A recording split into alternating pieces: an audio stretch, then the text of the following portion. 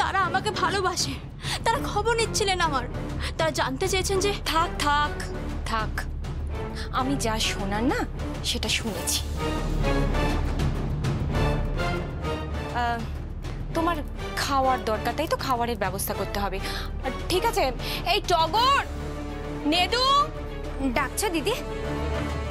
হ্যাঁ ডাকছি। এই একটা কাজ করিস তো, ওই তোরা যখন খেতে বসবি না, তোদের সাথে ওকেও একটু খেতে বসিয়ে দিস তো।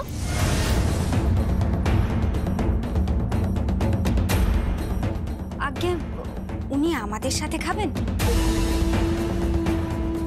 না? মানে আমরা তো কাজের লোক, উনি তো বাড়ির বউ, তাই। এই শোন, তোকে যেটা করতে বলা হয়েছে তুই সেটা কর। আর একটা কথা শুনে রাখ, এটা বৌদির সিদ্ধান্ত।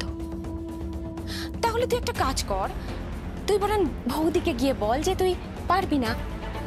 তোরা চাস যে বাড়ির নতুন বউকে পঞ্চ ব্যঞ্জন সাজিয়ে ওর চেয়ারে বসিয়ে খাওয়াতে।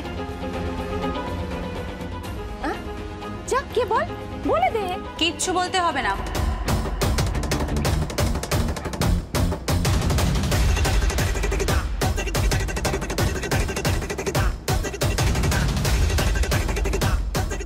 নেদু, এদিকে আয় তো। হ্যাঁ, স্টুলটা এদিকে রাখ। হ্যাঁ,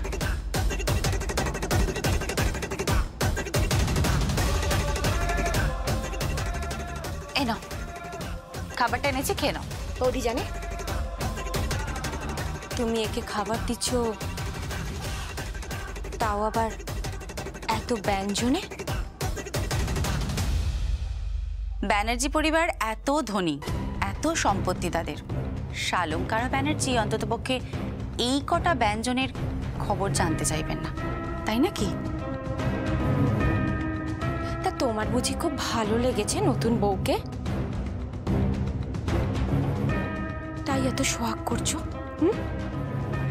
মিতা, তোমাকে একটা কথা বলি, ভালো করে শোনো। একটা মেয়ে কিন্তু চোখে অনেক স্বপ্ন নিয়ে, অনেক আশা নিয়ে একটা বাড়িতে বউ হয়ে আসে, একটা বাড়ির চৌকাটে পা দেয়। তাকে এভাবে হেয় করো না। শালঙ্কারা ব্যানার্জি কিছু বললো মানেই বাড়ির সকলে একেবারে সমস্যারে তার সাথে হুক্কা হওয়া শুরু করে দিলে এটা তো শুনতেও খারাপ লাগে, তাই না? তোমার তো যথেষ্ট শিক্ষা দীক্ষা আছে। তুমি না একটু বেশি কথা বলছো। মিতা, তোমার হাজবেন্ড ওয়েট করছে ঘরে, যাও, তোমাকে ডাকছে। ওকে, আমি যাচ্ছি। আমি গিয়ে বৌদিকে বলছি, সবটা বলছি।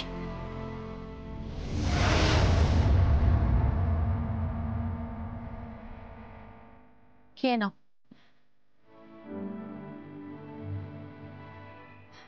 একদম না, একদম কাঁদবে না, খেয়ে নাও খাবারটা।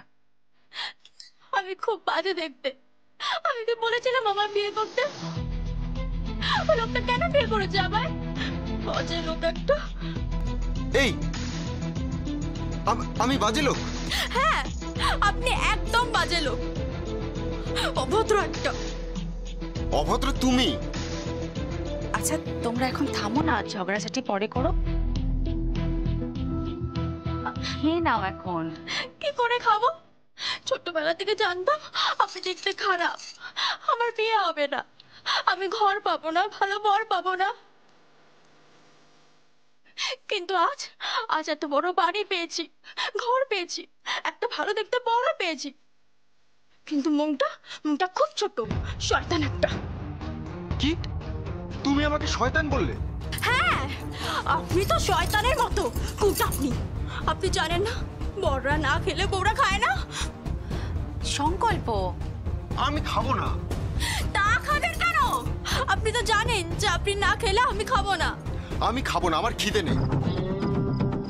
কিন্তু আমার মা বাবার খিদে আছে, তারা না না খেয়ে বসে আছে। আমি খাবো না। তার মানে আপনি না খেলে আমি খাবো না, আমি না খেলে আমার বাবা মা খাবে না, আমার দিদিও খাবে না, সবাই মিলে উপোস দেবো নাকি? হ্যাঁ, গণ উপোস হচ্ছে। সংকল্প খেয়ে নে না, জেদ করছিস কেন?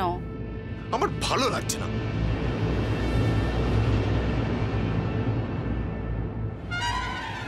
খাবেন না মানে?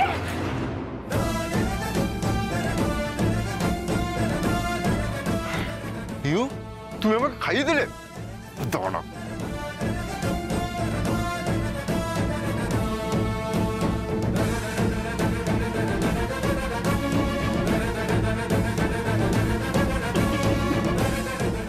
পারিসও বটে তোরা। তুমি আমাকে জোর করে খাওয়াচ্ছ। হ্যাঁ খাইয়েছি, আর 100 বার খাও। তুমি আমাকে ঠকিয়েছো। কি? আমি ঠকিয়েছি? আমি কিন্তু কালকে রকচক মাখবো না বলে রাখলাম। ননসেন্স, অসভ্য মেয়ে একটা। আমি অসভ্য? আপনি বলুন। তুমি ঠিক কি সেটা আমি এখন অবধি বুঝে উঠতে পারিনি। তবে একটা কথা বলি, এই বাড়িতে তোমার জায়গা করে নেওয়াটা কিন্তু খুব কঠিন।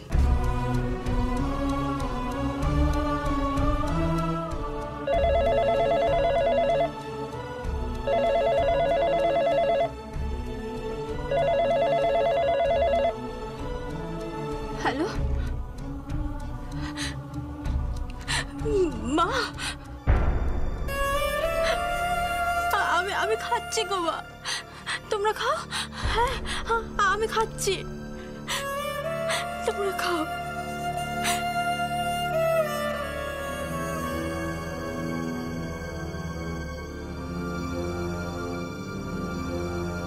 কাকে ফোন করছো? দিদিকে।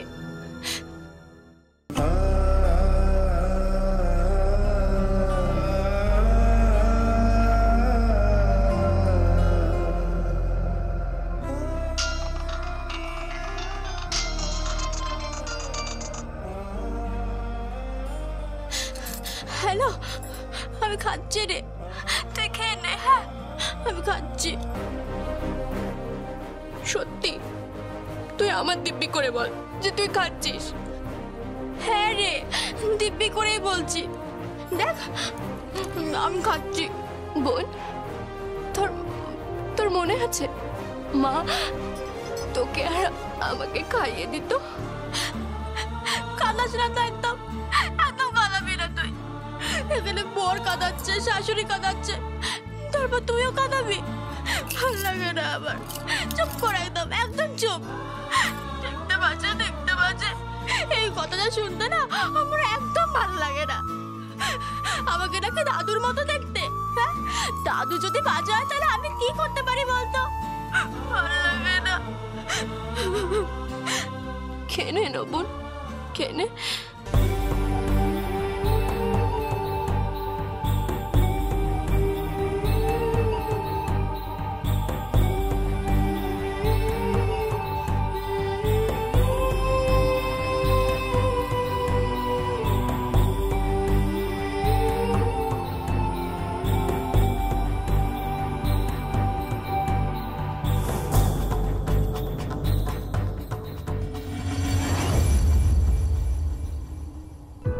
উমা, উমা, আমি বেরোচ্ছি। শোনো, বলছিলাম যে আজ তো ওদের বউ ভাত। ওদের মানে? মানে তোমার বড় মেয়ে আর মেজো মেয়ের। বড় মেয়ের নাম নেবে না আমার সামনে। তোমায় বলেছি না, ও আমার কাছে মৃত, ওর নাম নেবে না আমার কাছে। শোনো, কিছু তো পাঠাতে হবে, ওদের তো বিয়ে হয়েছে। যতই হোক আমরা তো পাত্রীপক্ষ। বিয়ে হয়েছে তো আমি কি করব? আমি বলেছি না তোমার বড় মেয়ে মৃত আমার জন্য। ওর নাম উচ্চারণ করবে না এ বাড়িতে। কতবার বলবো তোমাকে? তুমি রাগ করো না, আমি তো মা। আর আমি বাবা নই? আমি বাবা নই? ভিজেই পড়ে গেছে চারিদিকে। তাও সংকল্প ছেলেটা ভালো, ভালো পরিবারের ছেলে, শিক্ষা দীক্ষা আছে, তাই তাই বিয়ের রাতে নাক কাটা যায়নি আমার। এ তুমি বুঝবে না, এ তুমি বুঝবে না আমার কোথায় আঘাত করেছে তোমার বড় মেয়ে। তুমি বুঝবে না, ওর নাম উচ্চারণ করবে না এ বাড়িতে। শোনো,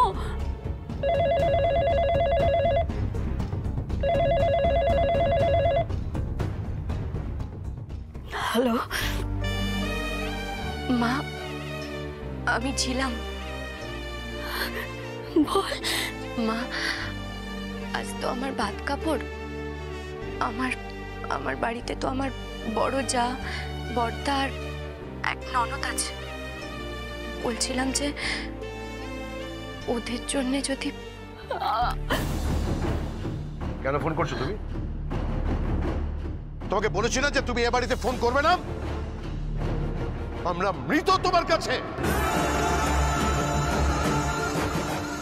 তুমি কোনোদিন সুখী হবে না, কোনোদিন সুখী হবে না। মেয়েটাকে অভিশাপ দিচ্ছ কেন? অভিশাপ দেবো না তো কি করবো? অভিশাপ দেবে না তো কি করবো? ও আমার অহংকার ছিল, সে অহংকার চূর্ণ করেছে, চূর্ণ করেছে। শোনো, শোনো,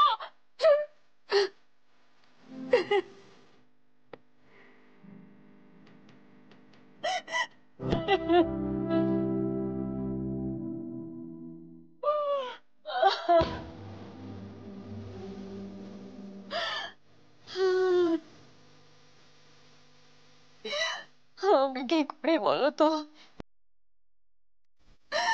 আমি তো মা, আমি তো মা। চল চল চল চল চল। কোর্টে নিয়ে যাচ্ছে, ওখান থেকে জেল কাস্টাডি। কিছু দিনের মধ্যেই বেরিয়ে আসবো বড়বাবু। আপনি আমাকে চেনেন না। হাই ভোল্টের ইলেকট্রিক লাইনে হাত দিয়ে দিয়েছে, ঝটকা তো লাগবে, ঝটকা।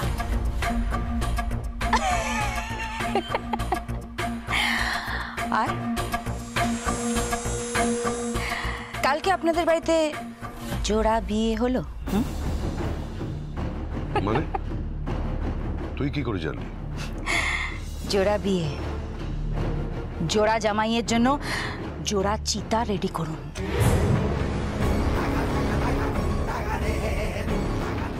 দেখুন কেমন শ্মশান বানিয়ে, শ্মশান। চল চল চল চল চল চল চল।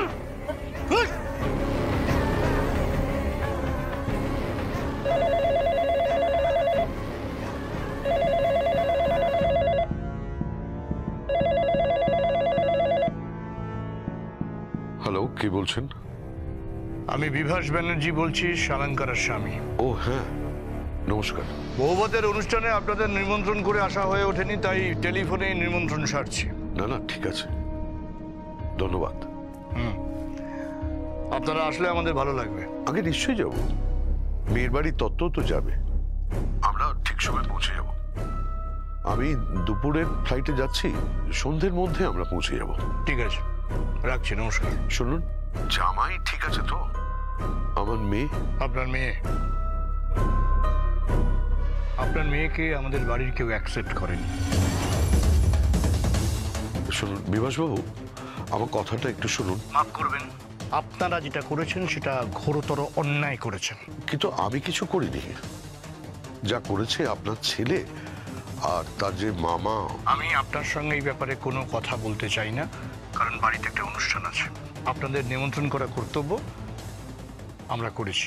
আমি কি আমার মেয়ের সঙ্গে একটু কথা বলতে পারি?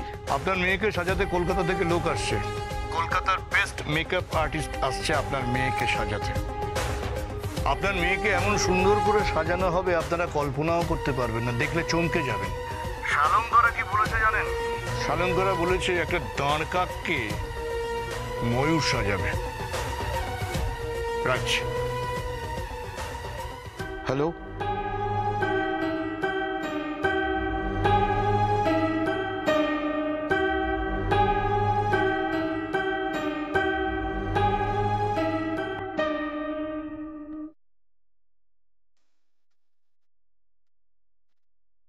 ঝিলম,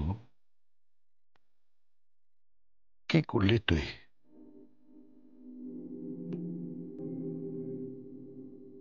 নিজের সুখের জন্য বোনের জীবনটা নষ্ট করে দিলি, তোর কখনো ভালো হবে না।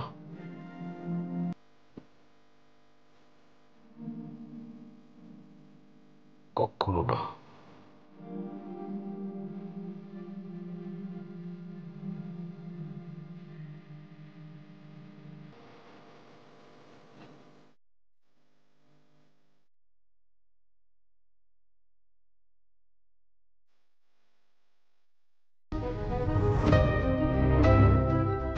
কাকে ফোন করছিলেন? প্রিয়মের বাবা মাকে বৌভাতের নিমন্ত্রণ করলাম। কেন? নিমন্ত্রণ করার কি দরকার ছিল? সে কি নিমন্ত্রণ করবো না? মেয়ের বাবা। ওদের ডাকার কোনো প্রয়োজন ছিল না। যারা এভাবে ঠকিয়ে নিজেদের বাড়ির একটা কুৎসিত দর্শনা মেয়েকে আমাদের বাড়িতে এভাবে বিয়ে দিয়ে পাঠাতে পারে, তাদের নিমন্ত্রণ করার কোনো প্রয়োজনই ছিল না। হ্যাঁ আমি জানি খুব অন্যায় হয়েছে, কিন্তু কিছু কিছু ফর্মালিটিস আছে যেগুলো জীবনে মেনটেন করতে হয়। আয় এদিকে, তাড়াতাড়ি আয় আমার সাথে। দাঁড়া এখানে। কি হলো? দেখো, এই শাড়িগুলো নিয়ে ওই ঘরে যাচ্ছিল পরানোর জন্য। কাকে পড়ানোর জন্য? নতুন বৌদিমণিকে। নতুন বৌদিমণিকে? কেন পড়াতে গিয়েছিলি বল? কার পারমিশন নিয়েছিলি? আমি অনেকবার বারণ করেছি, কিছুতেই শুনছে না। কে শুনছে না? কে আবার? দুর্বা আন্টি। এটা দুর্বাদের ছেলের বিয়ে হচ্ছে নাকি আমার ছেলের বিয়ে হচ্ছে? দুর্বা কেন ইন্টারফেয়ার করছে আমি বুঝতে পারছি না। এতবার বারণ করা সত্ত্বেও আশ্চর্য। হ্যাঁ, উনি তো ঝোলেও আছেন অমলেও আছেন। আচ্ছা বলছি, এই শাড়িগুলো কি করব কি? এসব শাড়ি কোথাও যাবে না, একটাও শাড়ি এখান থেকে সরবে না।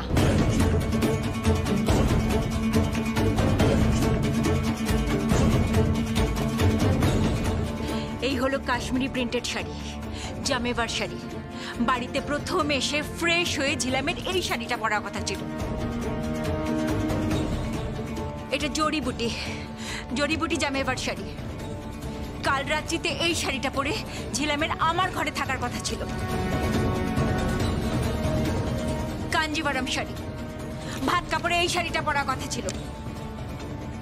খাঁটি বেনারসি, সন্ধ্যেবেলা এই শাড়িটা পরার কথা ছিল।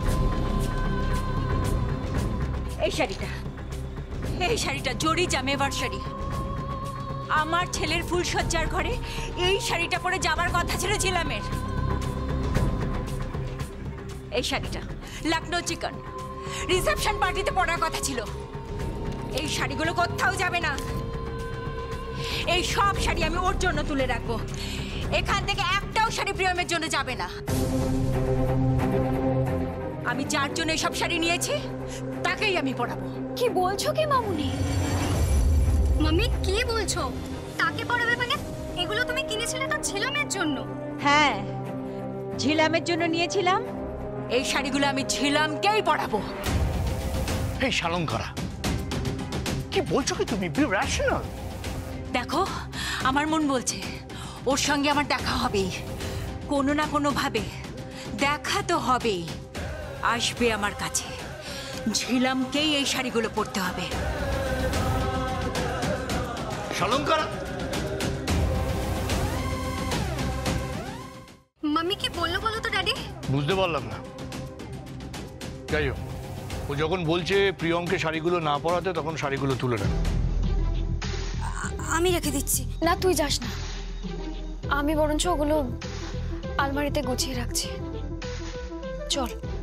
সোহম আসেনি? আসবে সন্ধেবেলা। ও কি জানি ঘটনাগুলো? না, জানলে যে কিভাবে রিয়াক্ট করবে আমি জানি না। ভালো লাগে না আমার। চল। ড্যাড, কি ওই মেয়েটা কি এ বাড়িতে থাকবে? প্রশ্নই উঠছে না। তোর মামি ওকে বাপের বাড়ি পাঠিয়ে দেবে। আমি নিশ্চিত। নিদু, এই নিদু, আরে সব গেলি কোথায়? আগে বড়বাবু ডাকছিলেন? আগে বাবু ডাকছি। আরে সালম করা কোথায়? সকাল থেকে খুঁজেই পাচ্ছি না। একটার পর একটা টেলিফোন আসছে, হ্যাঁ, লোকের ঠিকানা জানতে চাইছে, রুট জানতে চাইছে। এদিকে তত্ত্ব কলকাতায় ঢুকে গেছে। গেটটা কিভাবে সাজানো হবে, রিসেপশন কিভাবে হবে, এগুলো একা আমি সামলাই কি করে বলতে গেলি? কোথায় সালম করা? আগে বড়বাবু উনি তো সকালে উঠে দোকানে চলে গেলেন। দোকানে চলে গেছে মানে? আজকে বৌভাতের অনুষ্ঠান, এত বড় একটা রিসেপশন, আর উনি ড্যাং ড্যাঙিয়ে দোকানে চলে গেলেন? হ্যাঁ, আরে দুপুরে তো ভাত কাপড়ের অনুষ্ঠান আছে। সেটা নিয়ে ওর কোনো মাথা ব্যথা নেই। মাথা ব্যথা নেই মানে? হ্যাঁ, কোনো রকম মাথা ব্যথা নেই, কারণ শালঙ্কারা নতুন বউকে মেনেই নিতে পারেনি। মেনে নিতে পারেনি বললেই হবে? সংকল্প ওকে নিজে বিয়ে করে নিয়ে এসেছে। আর এমন তো নয় যে কেউ জোর করে মেয়েটাকে বিয়ে দিয়ে এ বাড়িতে নিয়ে এসেছে। এটা সংকল্প নিজস্ব সিদ্ধান্ত। এইভাবে একটা মেয়েকে অপমান করাটা ঠিক হচ্ছে না, এটা খুব অন্যায়, খুব অন্যায়। তুমি শালঙ্কারাকে ফোন করো। কোনো লাভ হবে না। লাভ হবে। ওকে বলো যে মল্লিনাথ ব্যানার্জি বলছে যে একটা দিনের জন্য হলেও সে যেন আমার কথা শোনে। তাকে বাড়িতে আসতে বলো।